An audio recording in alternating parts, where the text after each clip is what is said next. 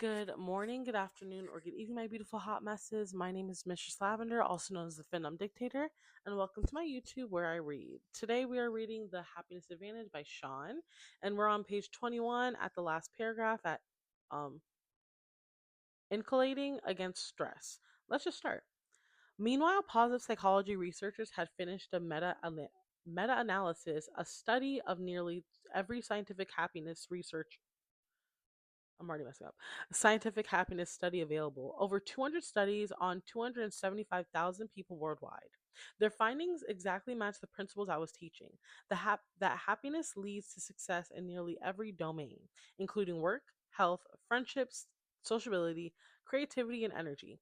This encouraged me to apply the principles to other populations. Tax auditors, for instance, are not known for happiness, but if we are going to test the effectiveness of the happiness advantage in the work world, I wanted to see if teaching the seven principles could raise the happiness, well being, and resilience of an accounting from right before they went into the most stressful tax season in decades.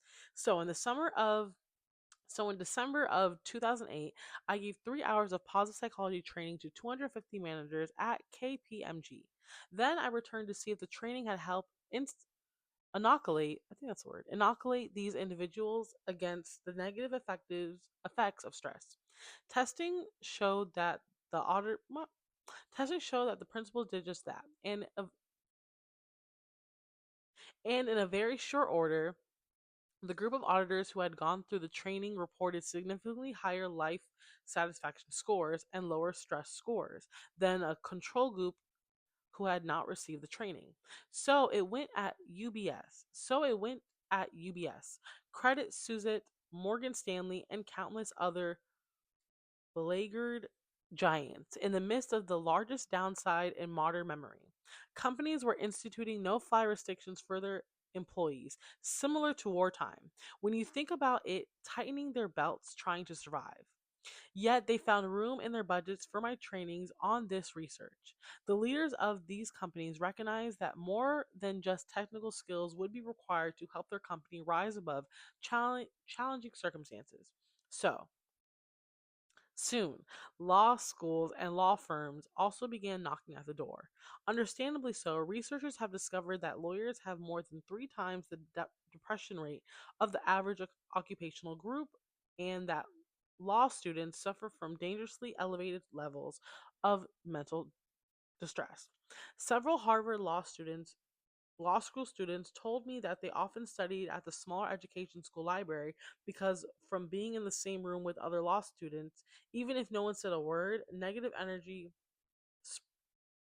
even if no one said a word, negative stress, even if no one said a word, spread negative stress like secondhand smoke. There we go.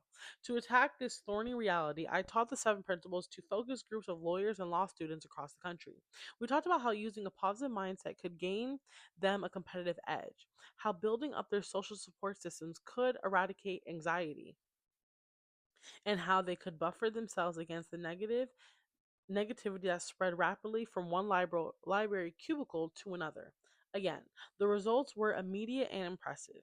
Even in the midst of their heavy workloads and tyranny of impossible expectations, these hardworking individuals were able to use the happiness advantage to reduce stress and achieve more in their academic and professional lives. Spreading the word.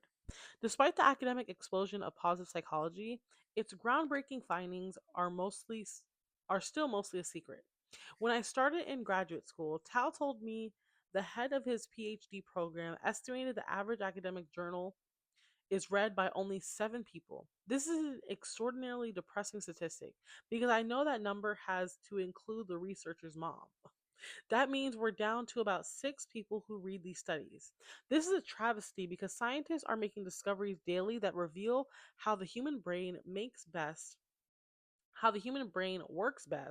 and how we can best relate to one another. And yet, only 6 people and one proud mom are privy to this information. The more I traveled, the more I found that the groundbreaking findings of positive psychology are still mostly unknown in the business and professional fields. Lawyers who suffered from unbearable stress are unaware that specific techniques have already been developed to buffer them against this occupational hazard.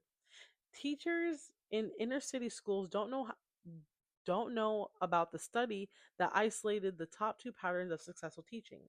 Fortune 500 companies are still using incentive programs that are proven ineffective almost a generation ago. As a result, they miss an incredible opportunity to get ahead. If a study had proven how CEOs can become 15% more productive or how managers can improve customer satisfaction by 42%, then I think the people in the trenches should know about it, not just a handful of academics. The point of this book is to arm you with that research so that you will know exactly how you can use the principles of positive psychology to gain my lip is like peeling. Ooh. To gain a competitive edge in your career and in the workplace. Page 24. Raising performance, not delusion.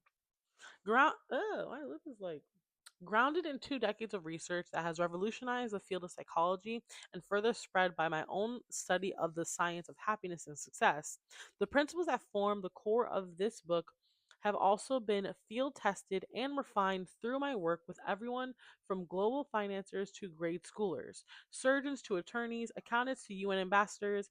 In essence, they are a set of tools that anyone, no matter their profession or calling, can use to achieve more every day.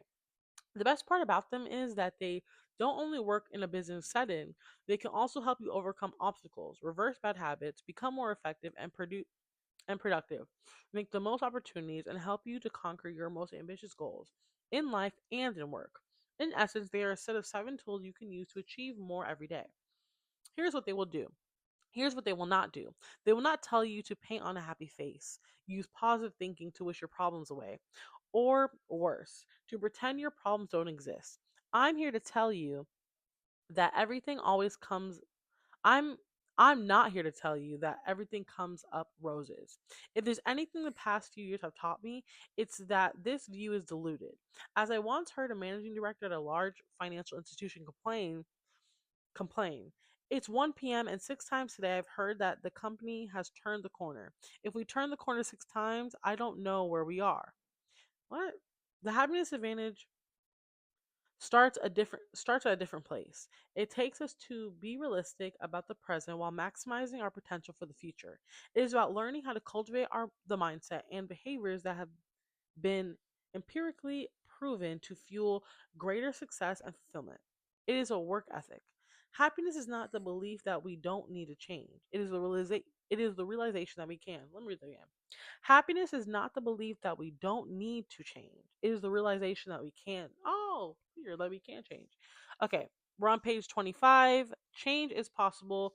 Yeah, I'm stopping there. Sorry for all the mess ups, but I don't really care. At least I'm reading. Shout out to me. You should read too. Read a book. Read this book so you can read with me. And yeah, join along. Go ahead and like, comment, and subscribe. Turn your post notifications on. And if you want to support this channel more, go ahead down below in the description and support all my social medias for my Instagram, my TikTok, my Twitter, my Facebook, or Twitter, now known as X, and my explicit content as well. If you know, you know. And if you don't worry about it. But have a great day. Again, if it's your birthday, happy birthday. And if it's not, I'm just happy you're alive with me at the end of the day. Bye.